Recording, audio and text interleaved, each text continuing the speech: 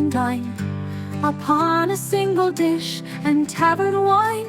Toland to you this invitation sends, to eat the calf's head with your trusty friends. Suspend a while your vain ambitious hopes, leave hunting after bribes, forget your tropes.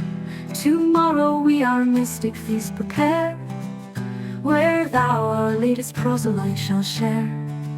When we by proper signs and symbols tell, how by brave hands the royal traitor fell, the meat shall represent the tyrant's head, the wine his blood our predecessors shed.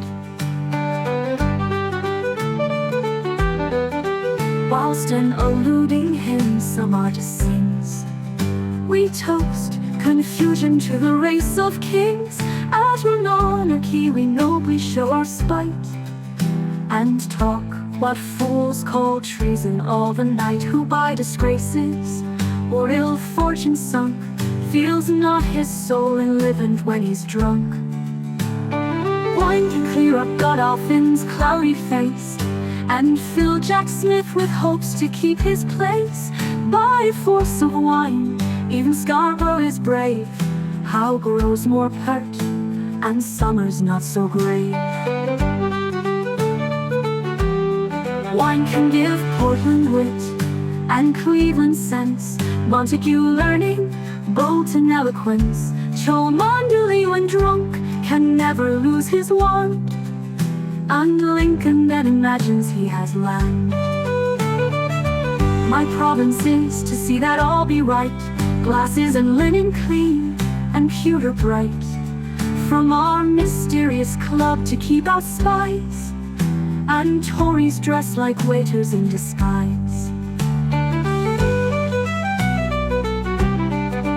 You shall be coupled as you best approve, seated at table next the man you love.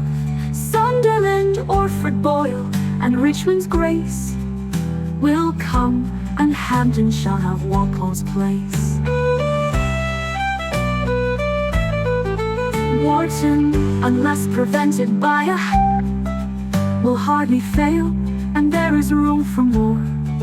But I love elbow room whene'er I drink, and honest Harry is too apt to stink. Let no pretense of business make you stay, yet take one word of counsel by the way. If Guernsey calls, send word you're gone abroad, he'll tease you with King Charles and Bishop Laud, or make you fast and carry you to prayers. But if he will break in and walk upstairs, steal by the back door out and leave him there, then order squash to call a hackney chair.